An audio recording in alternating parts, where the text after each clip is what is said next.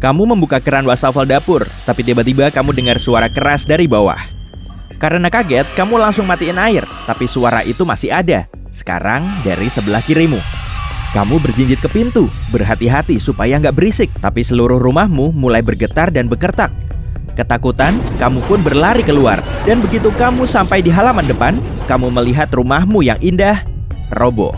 Kamu berjalan ke tumpukan puing-puing yang tadinya rumahmu dan memeriksanya untuk mencari tahu apa yang baru terjadi. Kamu pun melihatnya, segerombolan kawanan serangga terbang di atas sisa-sisa reruntuhan. Dan kamu ingat, kamu pernah lihat serangga itu keluar masuk rumahmu selama bertahun-tahun, tapi nggak kamu peduliin. Kalau aja kamu peduli, kamu pasti tahu kalau serangga itu adalah semut tukang kayu terbang, dan rumahmu sudah dalam bahaya selama ini. Semut tukang kayu cuma bisa terbang sebentar di akhir musim semi atau awal musim panas, saat kondisi cuaca lumayan cerah. Ini adalah musim kawin para semut itu. Pada musim ini, semut-semut itu terbang berkelompok di sekitar rumah dan paling mudah terlihat. Di waktu-waktu selain itu, serangga ini berperilaku hampir seperti semut biasa, bersembunyi di dalam lubang dan sudut-sudut rumah. Ingat ya, hampir. Karena semut ini melakukan satu hal yang berbahaya bagimu. Pada dasarnya, semut ini memakan rumahmu dari dalam. Semut tukang kayu, seperti namanya, suka banget sama kayu. Favoritnya adalah kayu lembab atau lapuk. Kayu seperti itu lebih mudah dikunyah untuk membuat terowongan. Tapi kalau nemu kayu yang masih bagus dan kukuh, semut ini juga nggak bakal nyerah loh. Paling cuma butuh waktu lebih lama. Sementara sistem terowongan terus berkembang, semut-semut muda pun menetas dari telur yang dihasilkan sang ratu sepanjang hidupnya. Dan setelah beberapa tahun, koloni ini pun punya anggota ribuan atau bahkan jutaan semut. Sementara rumahmu udah kelihatan mirip keju tanpa sepengetahuanmu.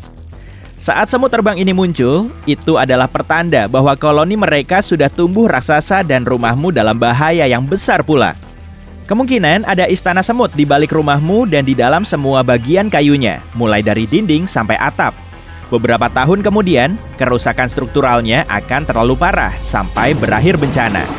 Jadi, kalau kamu lihat segerombolan serangga terbang di dalam rumahmu, cepat panggil pengendali hama.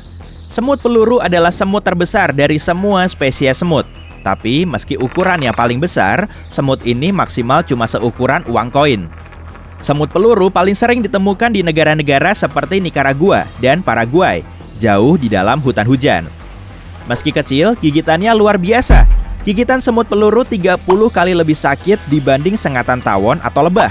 Penduduk lokal sering menyebut serangga kecil ini sebagai semut 24 jam, karena kamu akan merasa sakit selama seharian penuh setelah digigit.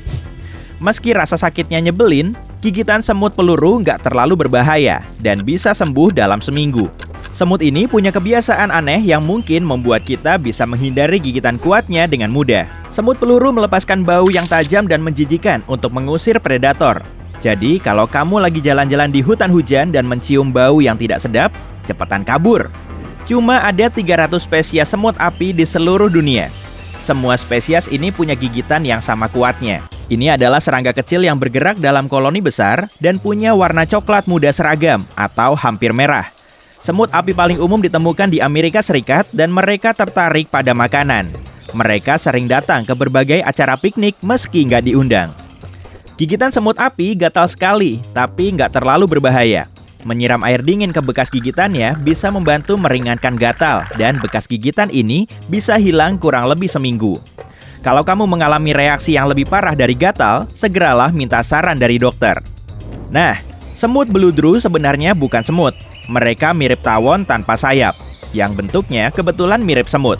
Serangga ini nggak membentuk koloni besar dan biasanya hidup sendirian, bersembunyi di rumput tinggi.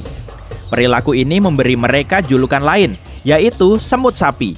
Karena saat sedang merumput, sapi mungkin menginjak semut beludru dan dibalas dengan gigitan perih. Manusia juga kadang digigit, terutama kalau berjalan tanpa alas kaki. Semut beludru berbisa, tapi bisanya nggak lebih kuat dibanding racun lebah, jadi nggak terlalu berbahaya juga. Tapi rasa sakit dari gigitannya tetap parah. Dan kalau kamu mau melumatkan serangga ini, semoga beruntung ya. Soalnya mereka punya tempurung yang super kuat untuk melindungi diri dari serangga penyengat lain dan bahkan burung. Rayap juga merupakan musuh semua barang dari kayu dan semut. Saat semut masuk ke wilayah mereka, rayap keluar dari gundukannya dan membalas jauh lebih parah dari yang mereka terima. Serangga ini sebenarnya buta, tapi kepala mereka dilengkapi dengan penyemprot alami. Mereka menyemprot asam ke musuh, mengusir mereka lebih cepat dibanding kedatangan mereka. Jangan coba-coba menahan aliran asamnya pakai jarimu ya, karena rasanya perih banget. Bicara soal semprot-menyemprot, kumbang pengebom jagonya. Bentuk serangga ini udah lumayan seram sebenarnya, tapi kalau merasa terancam, dia akan mengeluarkan suara letupan keras dan menyemprot musuhnya dengan cairan super panas. Ada ruang di dalam perut si kumbang sebagai tempat penyimpanan dua jenis cairan. Saat tercampur sebelum disemprotkan, kedua cairan itu saling bereaksi dan jadi sangat panas. Bahkan, burung yang mengganggu kumbang ini bisa dibilang agak sial, dan serangga lain nggak punya peluang untuk melawannya. Tawon pemangsa tarantula adalah serangga ramping panjang dengan sayap berwarna karat dan antena kuning yang indah. Hewan ini mudah ditemukan di hutan hujan di seluruh Asia, Amerika, dan Afrika. Mereka suka hidup sendiri dan membuat rumah dengan menggali tanah. Kalau kamu ketemu sama tawon pemangsa tarantula, pastikan untuk menjauh perlahan ya. Serangga ini cuma menyerang kalau merasa terancam. Katanya, tawon pemangsa tarantula adalah salah satu serangga pemilik sengatan paling perih di dunia. Rasa sakit dari sengatan serangga ini sangat intens dan bisa terasa selama 3-4 menit. Setelah itu, kamu nggak butuh perawatan darurat kok, dan sengatannya bakal sembuh sendiri. Jaket kuning adalah spesies tawon berbahaya yang bisa ditemukan di seluruh dunia. Nama ini berasal dari pola kuning hitam khasnya. Warna kuning neonnya mencolok sekali, jauh lebih cerah daripada tawon biasa. Jaket kuning hidup dalam koloni besar dan membangun sarang di pohon, semak, dan bahkan di bawah tanah. Kalau kamu bertemu sarang jaket kuning, menjauhlah perlahan dan jangan sampai mengancam atau membuat mereka kesal.